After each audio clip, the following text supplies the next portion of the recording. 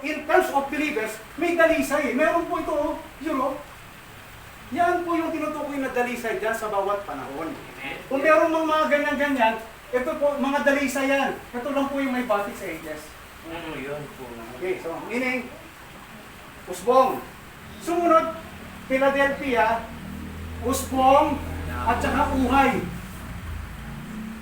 Ano yan? Restoration. Dahan-dahan pong ibinabalik. Saan? Sa pagkabinhin. Amen. Diba? So dito, ang mensahe rito, ang recognizing your guidance message, Wesley, diba si Wesley, ang ginamit ng Panginoon dito, tapos sanctification. Ibig sabihin, yung kapanalan, noon pa yung pinapangaral eh. Kaya lang, bakit ngayon wala na ngayon yan? Kasi nga, natakpan.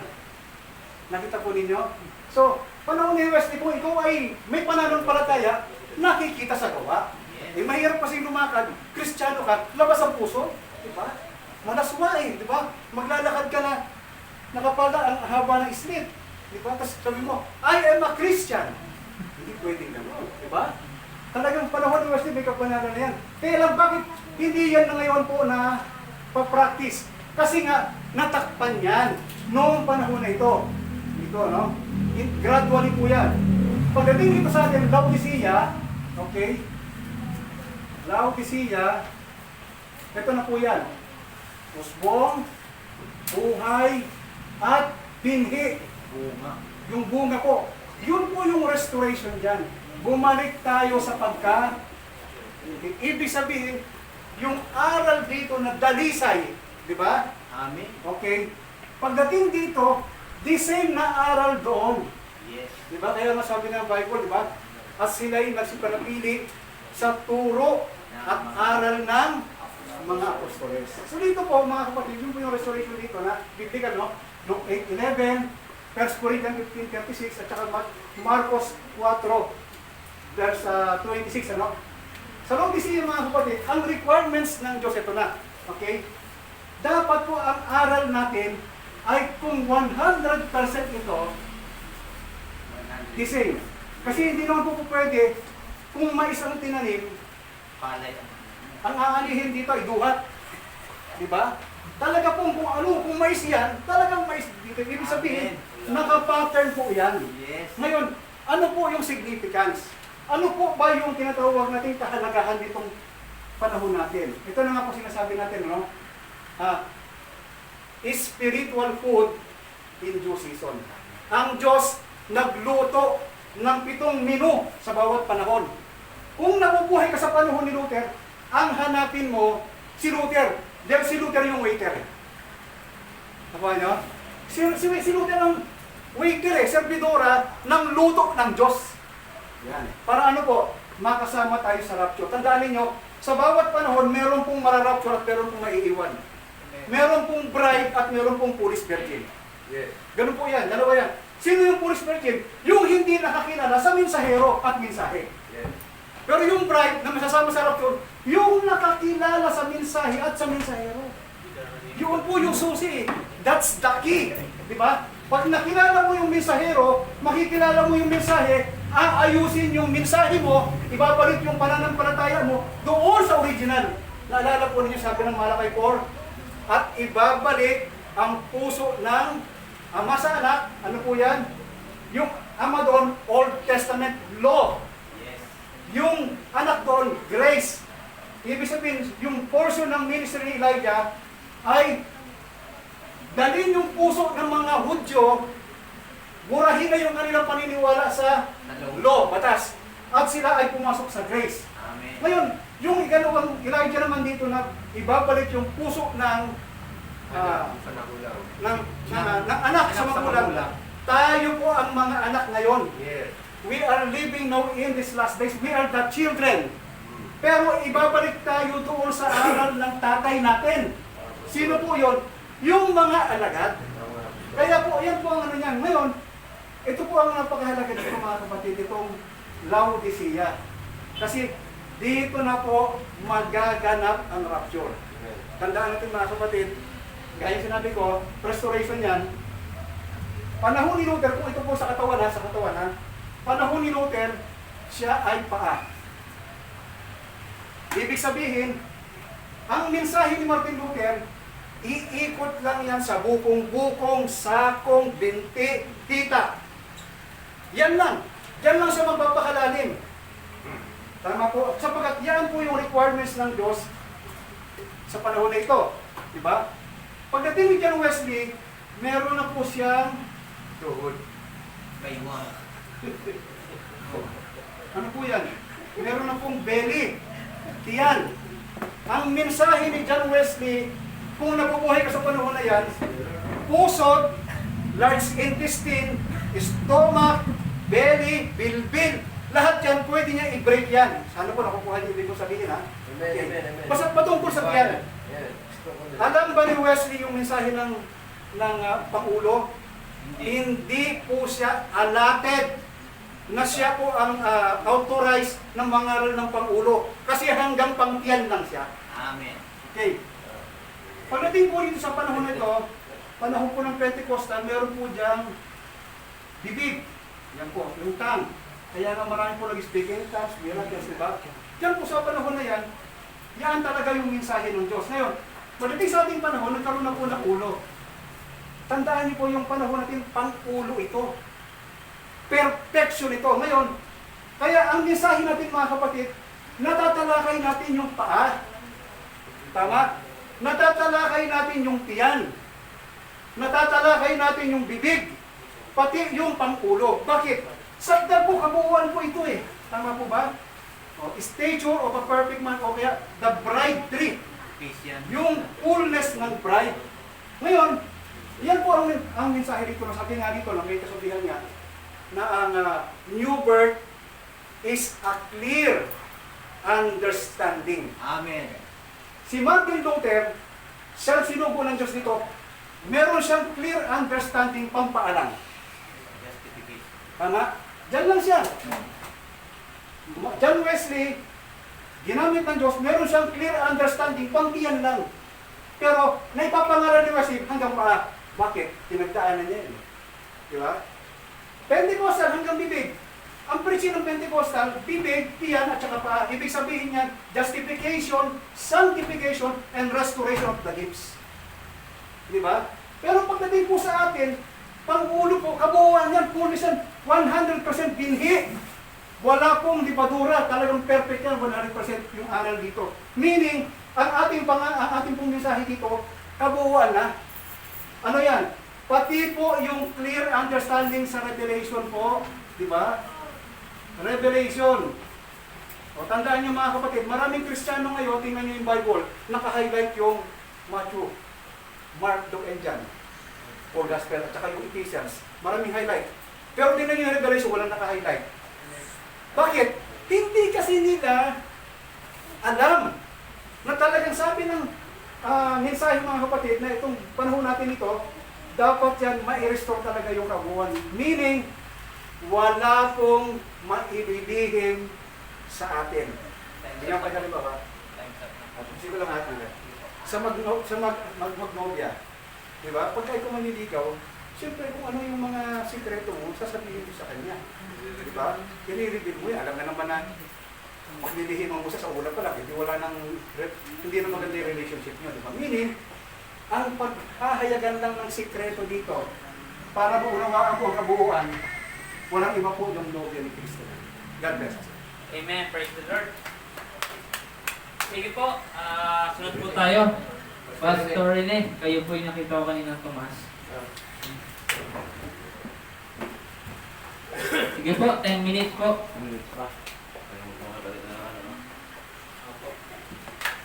Magandang hapon. Malalalim yung tinatalakay nyo. Pero ako po, kahapyaw lang din, magbabahagi din po ng aking naintindihan. Kasi restoration yung ating pinag-usapan doon sa Acts chapter 3. Balikan ko lang po. Ayon din po sa aking pagkaunawa. At susog lang po. Nag-aaralan lang naman tayo, hindi naman tayo nagdidebate. Yung mga views lang naman inaano natin. Ito'y akin o aking pagkaunawa. 3, kasi naano ito eh. nabigyan ng 3:18 ba ang simula? O 19? 19 ba? Sabi rito, Tagalog po, kaya nga magsisi kayo at magbalik loob sa Diyos upang patawarin ang inyong mga kasalanan. At nang sa gayon, sumapit ang panahon ng pagpapanibagong lakas mula sa Panginoon. Susuguin niya si Jesus, ang Kristong hinirang, mula pa noong una para sa inyo. Siya ay dapat munang manatili sa langit hanggang dumating ang pagbabago ng lahat ng bagay. Ayon sa ipinahayag ng Diyos, sa pamamagitan ng kanyang mga banal na propeta mula pa noong una. Restoring of all things. Di ba? Ito yung pagbabago ng lahat ng bagay. Amen. Ang tema rito ni Apostol Pedro ay nagpagaling kasi sila ng isang lumpo. Di ba? Nagulat yung marami nung gumaling. Nagtaka sila kung bakit nangyari ito. Halos hindi sila makapaniwala. Kaya binanggit ito ni Pedro na sabi rin kung ating sa 17, mga kapatid, alam kong hindi niyo naunawa ang inyong hindi niyo naunawaan ang inyong ginawa. Gayon din ang inyong mga pinuno. Sa ganitong paraan natupad ang matagal nang ipinahayag ng Diyos sa pamamagitan ng propeta na ang kanyang Kristo ay kailangan magdusa. Ito lang, kaya sinabi ng po yung 19-21.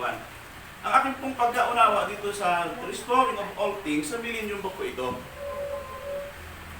Kasi ang ating pinag-usapan po rito, ayun po, ito po, church age, ito tinutukoy nyo rito. Oo, ngayon. Kasi po ang nasira, baka binabahan, ay yung panahon po ng pagkakasala ni Adan. Di ba, ang plano ng Diyos sa atin ay eternal life. Walang kamatayan ng tao. Pero, alam natin, sa madaling salita, na nabigo ang Panginoon dahil nagkasala po ang tao. At ito naman po ang isang pahayag nasa Roma chapter 5, tingnan natin. Ano ko lang po.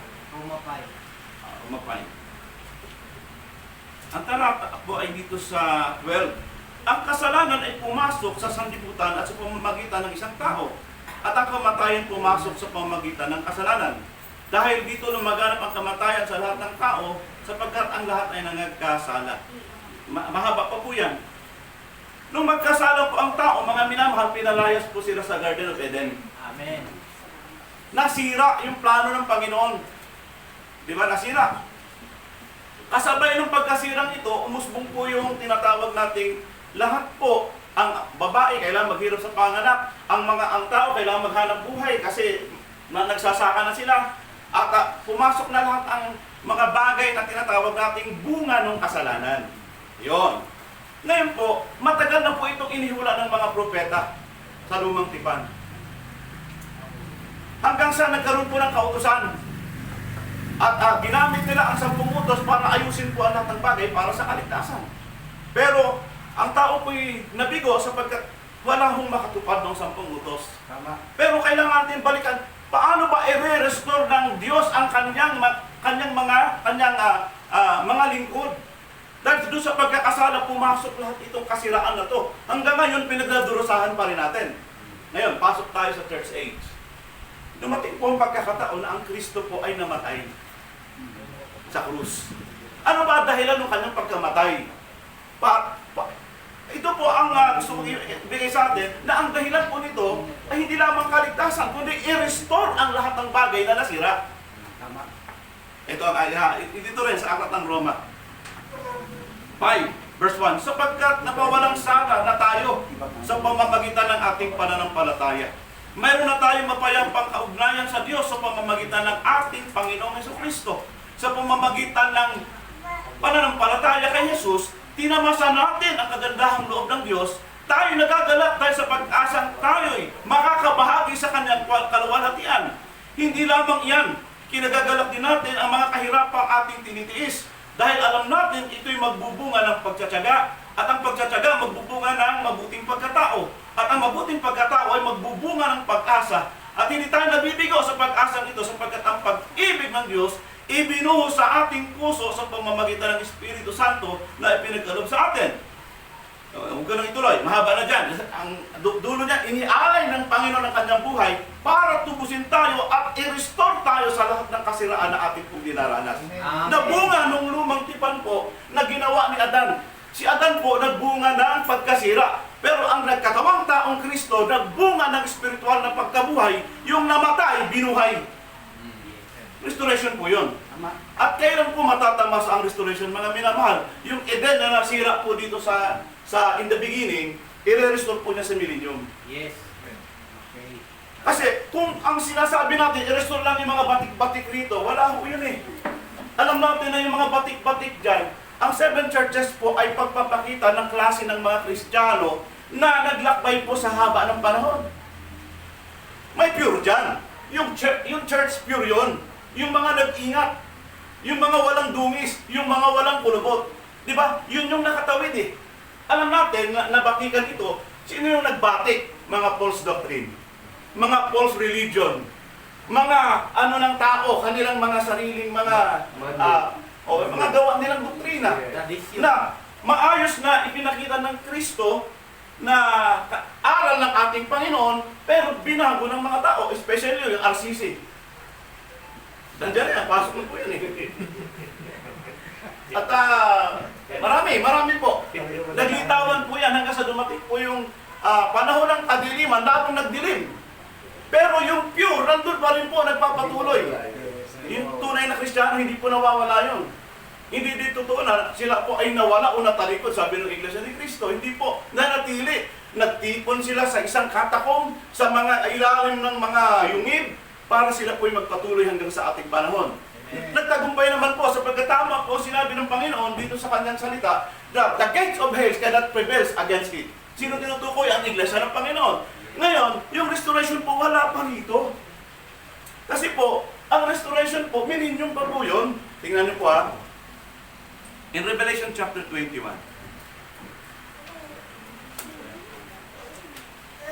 Wala pa pong restoration dyan sa church. Kasi, ano pa tayo eh. Pagaman, yung pong restoration na sinasabi spiritual, nandun na. Pero ng all things, hindi pa po, sinira nga eh. Kaya nga, ang bilin dito sa 21, ganito. Tingnan po din nyo Tingnan nyo ang chapter 21 ng Book of Revelation. Pagkatapos nito, nakita ko ang isang bagong langit at isang bagong lupa. Wala na ang dating langit at lupa. Wala na rin ang dagat. Nakita ko ang banal na lungsod, bagong Jerusalem, bumaba mula sa langit buhat sa Diyos. Gaya ng isang babaeng ikakasal. Siya ay nakabihis, nakahanda sa pagsalubong sa kanyang mapapangasawa.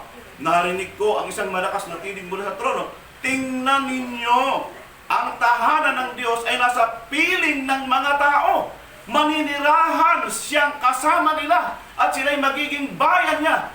Diyos mismo ang makakapiling nila. Siya'y magiging Diyos nila at papahirin niya ang bawat luha sa kanilang mga mata. Wala nang kamatayan, dalamhati, pagtanis, paghihirap, sapagkat lumipas na ang dating mga bagay. Verse 5, pagkatapos nito ay sinabi sa nakaupo sa trono, pagmasdan ninyo, ginagawa kong bago ang lahat ng bagay. Nakita nyo, mga kapatid? Ginawa ko ang lahat, nagbago ang lahat ng bagay. Ituloy ko pa po.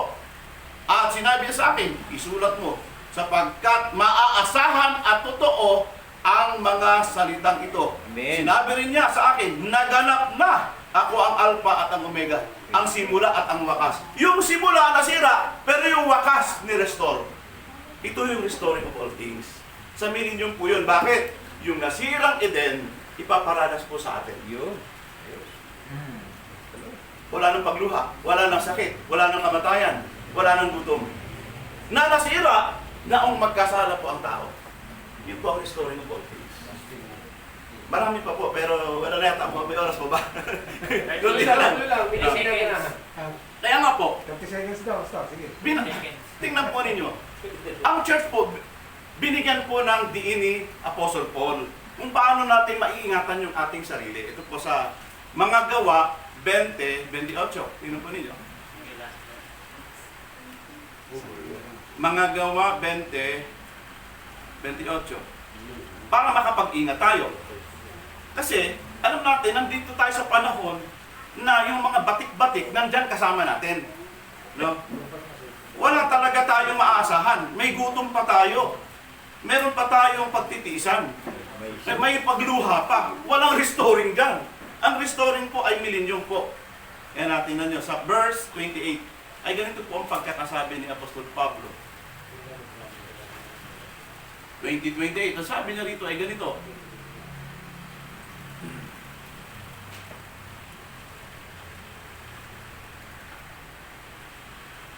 Iba kasi itong Bible na nadala ko. Napulot ko lang to sa pagmamalik. Ingatan ninyo ang inyong sarili. Sino tinutukoy? Ang church po ito, no? At buong kawan. Tinutukoy po dito yung tagapanguna at ang iglesia. Yung pastor at yung kawan ay ang iglesia. Sabi dito, ingatan ninyo ang inyong sarili at ang buong kawan.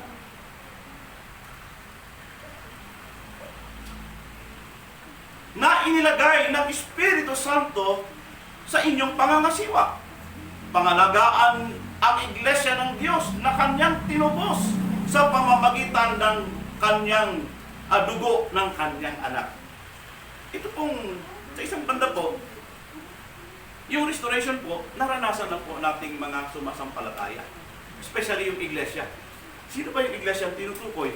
Yung mga taong sumampalataya kay Kristo. Sila yung binili sa dugo.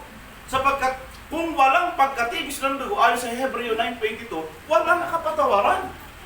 Ang tao ay mamamatay dahil nakabayaran ng kasalanan kamatayan. Kabulukan pa rin. Pumapasok dito na ang church, talagang ingatan ninyo ang inyong sarili, sabi ng Panginoon. Kasi dadaan kayo sa panahon ito na batik-batik. Ang daming uusbong ng mga aral ng tao. May kanya-kanyang unawa dito. Pero sabi ng Panginoon, hindi naman kayo mabibigo. Dahil yung pag-asang inyong iniintay, ayon dun sa Acts chapter 3, ay pag-asa talaga. Sa pamagitan dito, ni Yesu Kristo na nag-alay ng kanyang buhay. Dahil sa pag-aalay na yun, mga kapatid, yung hulang restoration, magaganap. Ngayon ba yun? Hindi. Sabihin po yun. Kasi, sa panahon po ng rewarding, ituturo ko rin mamaya, doon pa lamang po tayo makakatanggap. Time's up po. Oo. Wala akong rewarding dito sa lupa. Sige po. Sige po, Susubat Sa akin 5 minutes lang. Sige, Gusto ko lang may ipakita to. Para at least, kasi sabi din naman ni Pastor, ano lang naman.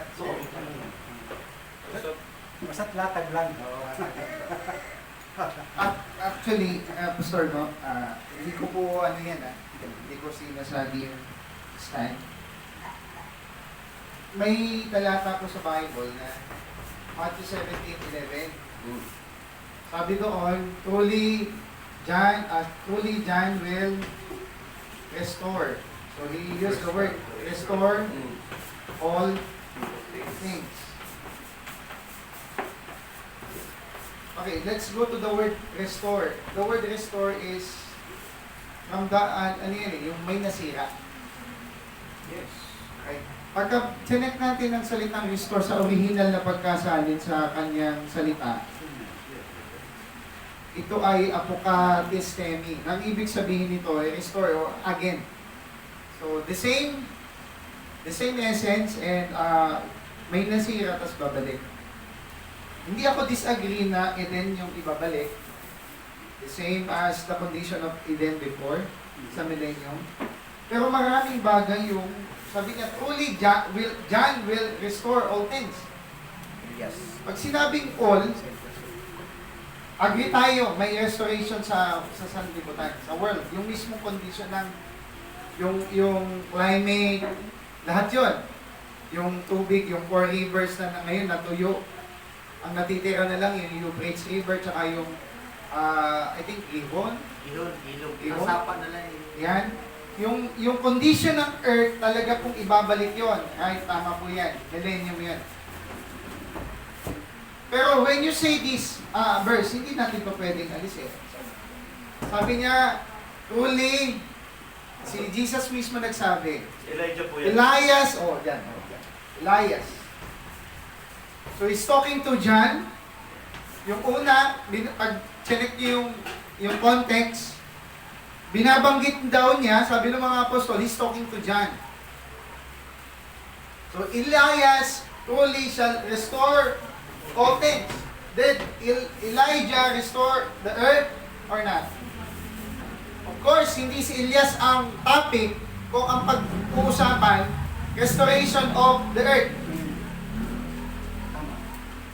So, ano ang specific na i-restore ni Elias? Sabi niya, all things eh. So, parang, pag sinabi mong all, may ano ba yan, exception? Hindi pwede yun. So, si Elias ay darating para ibalik ang lahat ng bagay. So, i-connect ako dun sa Acts chapter 3 verse 19. Restitution of all things. I do believe may restoration ng Eden sa millennium. Yes, I do believe. Pero, si Kristo mismo nagsasabi, did Elias or John the Baptist restore all things? During his time, ano bang ginawa ni John dyan? Ang gusto lang niyang pakita is the voice in the wilderness, crying. Voice crying. Voice crying. Sabi doon, tuwirin niyo ang daan ng Panginoon. Patagin yung mga yung mga rough road. Yun yung mensahe ni John. Binanggit sa Acts 19, 1-5. Yung bautismo ni Juan, bautismo ng pagsisisi. Walang pangalan yun, Padre Aljon. Yung bautismo na yan, so, lahat ng bagay, punta tayo sa lahat ng bagay. Punta ako dun sa, Pastor, this is not a rebuttal. This is part of the arguments na gusto kong isusog doon sa earth. Yes. Mayroon lang ako gusto pakita po doon sa Revelation. Sa Book of Revelation, pag check mo doon, yung all things are passed away. Yung salitang pass away, sa Greek word niyan, parerekomai. Ang ibig sabihin niyan, bago talaga. New condition yan. Hindi yan yung dati. Pero punta ako dun sa salitang restore. Restore is, again, parang tawag yan, Revive. revive. Ang tawag yan, reconstitute. Ang ibig sabihin nun ay parang i-revise. Meron na, i-revise. So, yung salitang parerekomai, sa Greek word, ang ibig sabihin po niyan, check nyo po sa inyong sariling concordance. Bakit ko po ginagamit yon? Kasi, ang Bible po, hindi mo yan pwedeng unawain base lang kung ano yung nakasulat sa Tagalog. Kaya maraming nalilito ngayon, basta binasa niya sa sa wikang Tagalog, akala niya yun ang ibig sabihin nun.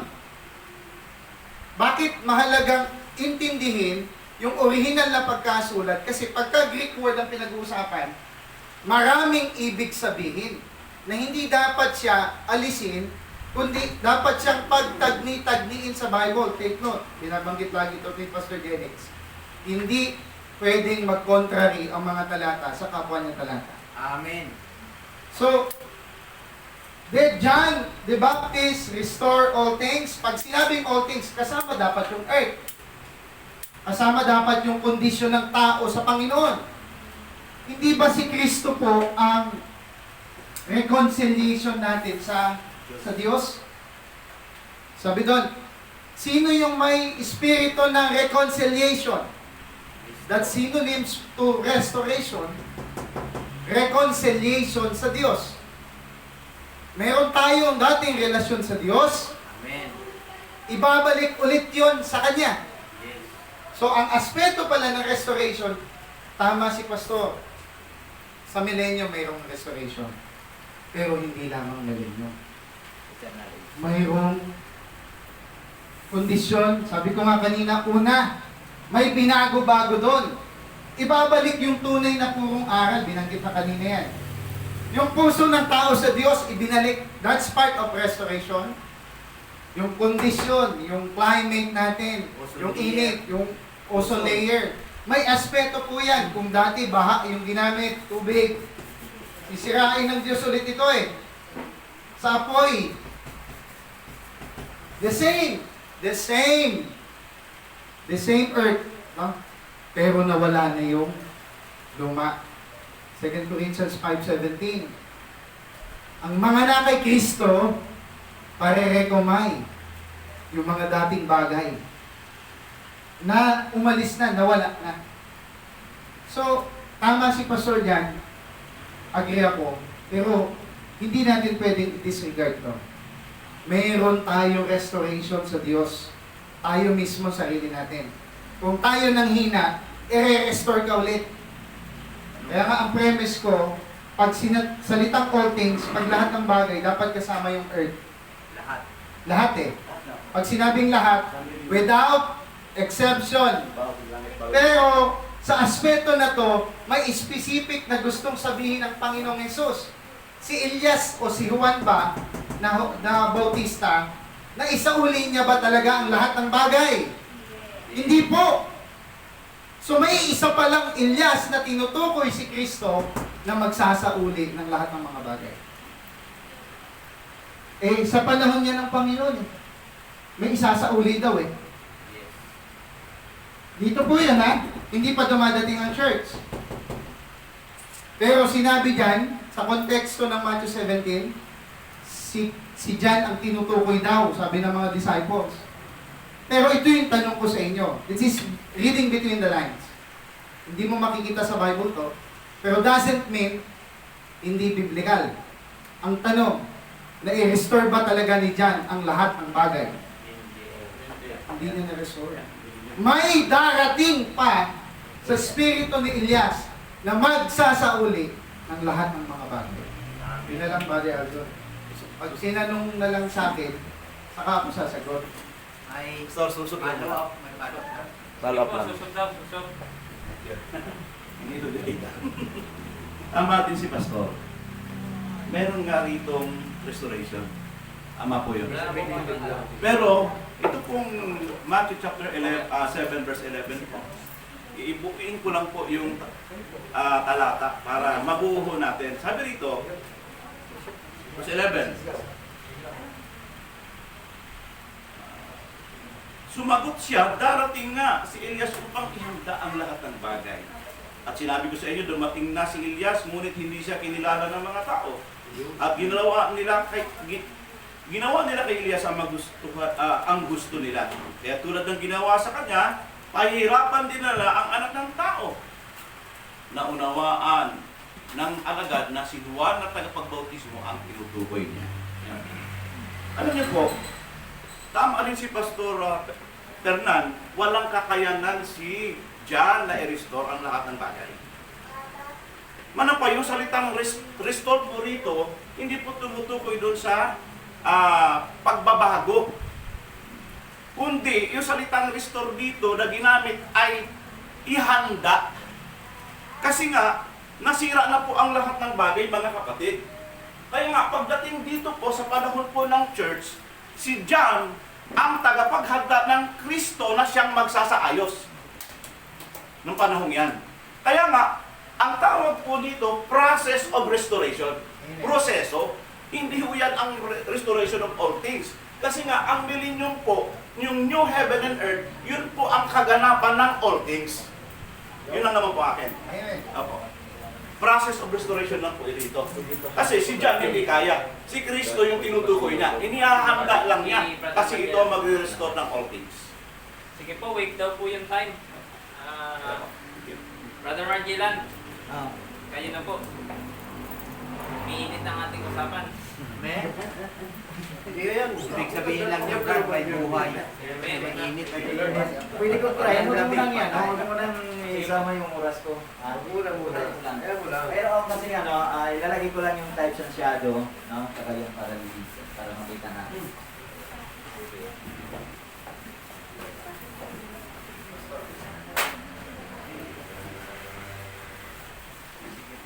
Yes, God.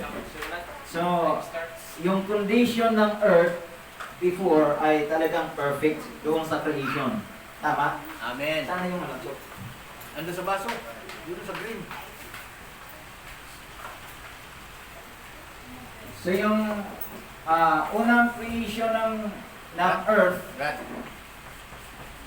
Ilan? Sige, pensan mo. ito ay perfect, good condition, no, ang creation. At pagdating sa panahon ni Noah, ay nasira. Tama? Sinira ng Diyos by means of water.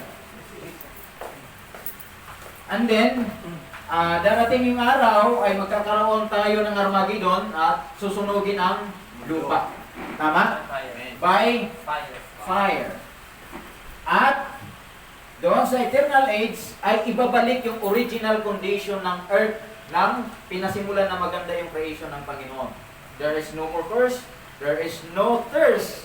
No? Wala nang pagluha. At hindi mo na kailangan yung liwanag sa panahon dyan. Tama? Because, sino yung liwanag yan? Hindi lang si Kristo. Papayag ba kayo? Si Kristo lang yung liwanag yan? Kasama kayo na magliliwanag. You are the stars. Kagaya kayo ng stars in heaven sa panahon dyan. Ito yung eternal age. No? Eternal age. Ngayon, sa condition naman ng tao, mga kapatid, ito yung man. Sa condition ng tao, ang tao po ay original condition ng tao ay perfect ng kanyang ginawa ang Panginoon.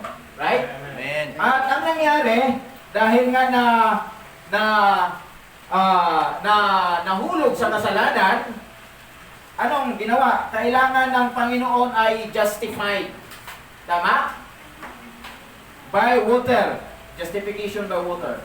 Ngayon, ang kailangan ng Panginoon sa susunod ay kailangan niya ang tao ay i-sanctify. Right? Sanctify. And then, yung pang-apat, by fire. Yes. Yung pang-apat, ang condition ng tao ay kailangan siya maging glorified. Tama? Glorified body. Ang condition ng tao. Mangyayari ba yung glorification ng katawan? Amen. Na ang condition ay kagaya sa condition sa panahon ng Eden? Amen? Amen. Na wala kang ano. Kaya sinabi ni Apostol Pablo, sabi niya, I present you as a chaste virgin to Christ. Amen. So, kung paano ang si Eva, ito ay patungkol na doon sa bride of Christ. Tama? Yung bride of Christ, tayo ay nahulog kagaya sa panahon ng Episo, perfect yung condition, yung aral. Tingnan natin ha, yung aral ng 333 AD, ito ay puro. Yes. Brad, 333 o 333? 33, no? 33, hindi naman, sinulat ko 33, nagkabali sa Nagkawala ng word. Puro ang tinutukoy na dito na restoration, patungkol na doon sa mensahe. Amen. Yung aral. Oo. Tingnan nyo ha yung order ng gospel. 1 Corinthians 11:2. Magibasa ko. 1 Corinthians, may order ang Diyos. Ang una dyan ay yung the head of Christ. Sino daw? Sino daw yung head? God. Ha? Yung God. Yung God? Sino daw yung head ng tao? Kristo. Si Kristo. Sino daw yung head ng babae? Lalaki. Man. At woman. Woman. Ngayon, sa panahon natin ngayon, kung ang ulo mo ay si Kristo, wala ka na sa original condition. Amen. Pag sinabi mong Diyos si Kristo, wala ka na sa original condition. Kailangan ang turo mo ay maibalik doon sa original na aral ng mga apostol. Amen. Amen? Praise God. So, kita nyo ha, yung condition ng Episo hanggang sa panahon ng Laodicea, kaya kailangan mayroong Elias, which is the spirit of Elias, para isauli ang lahat ng mga bagay. Binanggit yan ni Herbert George. Ano ba yung mga bagay na dapat isauli? Lahat. No? May mga naisauli ba? Mayroon. No? Ano yung mga naisauli? Kung ang puro na salita ay sa panahon ng Episo, yung purong aral ng Diyos, na binigay ni Kristo sa Iglesia, which is the bride, yung bride kasi yung ipiperfect. Amen. Ngayon, yung bride ang ipiperfect sa panahon natin ngayon. Itong church ages ay nagre-represent ng isang nubya ng Panginoon na ibibigay niya kay Kristo Present. bilang isang Cheese. chaste virgin. Brother George, tingnan natin ha, bagamat nagkasala yung babae pero hindi hiniwalayan yung kanyang babae, Yes. yung kanyang asawa, Amen. si iba, no? Bagamat nagkasala, nagkaroon ng anak ng iba, hindi siya nagpalit ng asawa para mag-anak ng iba. Hindi niya dinivorce. Hindi niya dinivorce, Yes. no? Yun yung kalagayan ng iglesia, no? Eh, magtatapik natin yung marriage and divorce. Next time. Masilan talaga to. Pero magtiis tayo. Yes. Kasi bahagi tayo ng perfection. Amen. Amen? Kaya sinabi pa namin, the bride in the last days is not compromising bride. Amen. Amen? Hindi siya compromising. Kaya ang turo, kung hindi mo pa naintindihan, kontrol ka muna hanggang na maintindihan mo na kasangkapanin ka ng Espiritu ng Diyos para maintindihan mo yung lahat ng mga bagay. Amen? Maganda yung topic ko sa sunod. Sabi ni Kristo, kanin mo ang aking laman, inumin mo ang aking dugo. Hindi ko maintindihan talaga. Meron pa. Sabi Kagabi ko lang naintindihan, bukas maririnig nyo. Maganda yung So, itong panahon ng Episo, purong-purong salita ng Panginoon na binigay dito. Yung apostolic doctrine. Ngayon, nagkaroon ng Dark Ages, sa kailang panahon yan? 300, although 312 mayroon na deception. Amen? 325, talagang pinako na nila na itong aral dapat ang tanggapin. Tuwis nila, imbis na Son of God, anong ginawa? God the Son. God the Son. Pinaliktad lang. Di ba? Kung ngayon, kung ang God the Son, God the Son, yun pa rin yung dalang aral mo, ay kailangan itong maibalik doon sa original condition at turo ng mga apostol. Tama ba kayo? Tama ba ako? Yun yung sabi ng Bible. No? Ngayon, sa panahon ng 325, itong iglesia nagkaroon ng Dark Ages, and then 19 o 1700, naibalik yung justification. By faith, you will be saved. Tama ba? The just son. Just shall I by faith. At ibinalik yung sanctification. Yung baptism of the Holy Ghost, yung refreshing, naibalik yung 1900s. Ay, niwala ba kayo, 1900s, naibalik yung baptism of the Holy Ghost? Amen. Azusa Street. Pwede bang maibalik uli yan sa panahon natin ngayon? Yes. Yun yung hinahanap natin. Amen? So, 1900 na ibalik. Ngayon, ang kalagayan natin ay nasa panahon tayo ng Laodicea na hindi lang yung baptism of the Holy Ghost ang dapat na maibalik, pati yung aral ay dapat maibalik. Amen? Baptism, nandyan pa. No? At higit sa lahat, ang dapat maibalik, yung Espiritu ng Diyos na inilagay sa panahon ng Episo na dapat nating matanggap. Amen? Kaya nga, sinasabi ko sa bawat kung ang Espiritu, Spirit, itong Spirit na to, ito ang anointing na taglay ni Jesus Christ. Luke 4:18, Acts 10:38, basahin niyo yung mga talata na yan. Ang sabi ni Jesus Christ, basahin ko lang. How God anoint Jesus of Nazareth. No? Magbabasa natin, basahin ko lang para maintindihan natin. Bahagi yan mga kapatid ng bahagi ito ng Acts chapter 13 verse 38. How God anoint Jesus of Nazareth. Sino ba yung pinahiran? Kristo. Ha? Si Kristo, yung taga Nazaret, no? Yung ipinako sa krus. No? Jesus of Nazareth with the Holy Ghost and with power went about doing good and healing all that were oppressed of the devil, for God was with him. Hindi sinabi niya na siya ang Diyos. Kung isa yan sa mga i-restore. Ang Diyos ay nasa Kanya. So, itong Spirit na to na nandoon kay Kristo, which is the Son, kung yung Son ay tinanggap natin, yung Espiritu na to ay nasa atin, which is the bride. Yun yung gustong ma-restore lahat. Kasi, kung ang Espiritu na to, na nandoon kay Kristo at yun din yung nasa atin, sa tingin nyo, mayroon tayong labanan? Ano sa tingin natin? Kung ang Espiritu ni Kristo na galing sa Ama, na nandyan din sa iyo, ganon din yung understanding. Sabi ni Paul, let this mind be in you, which was also in Christ. Saan ba nakasulat yun? Meron pa Philippians chapter Philippians chapter 2 verse 2. 2. Oh. Kung ang kaisipan mayroon si Kristo at yun din yung kaisipan natin mayroon, pwede bang mahiwalay yun? Pamban Amos 3:3.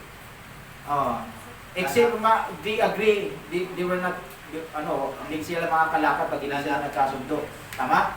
So, yun mga kapatid. Kaya nga, mga kapatid, itong church ages, itong restoration of all things, hindi lang ito sa isang banda ng kalagayan ng condition ng earth. Hindi lang ito kalagayang condition ng bride. Kasama po dito yung Espiritu ng Diyos na dapat na mapunta sa bawat individual.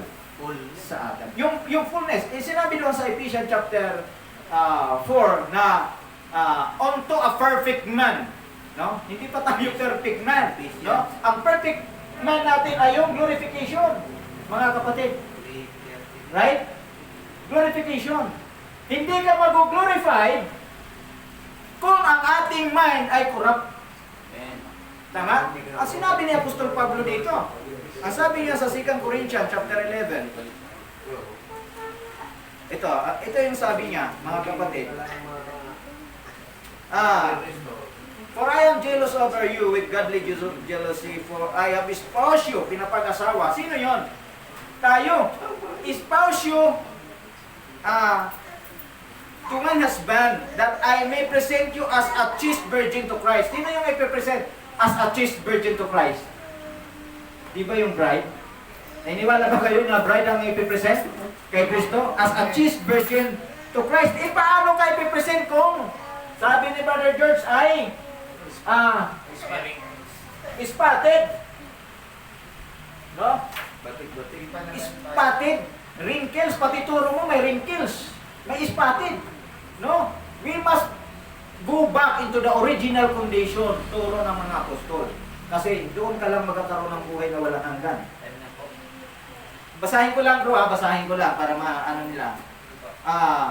But I fear lest by any means as a serpent beguile Eve through the subtlety, so your mind should be corrupted. No? Kung corrupted yung mind natin, paano tayo qualified as a chaste virgin to Christ? Hindi.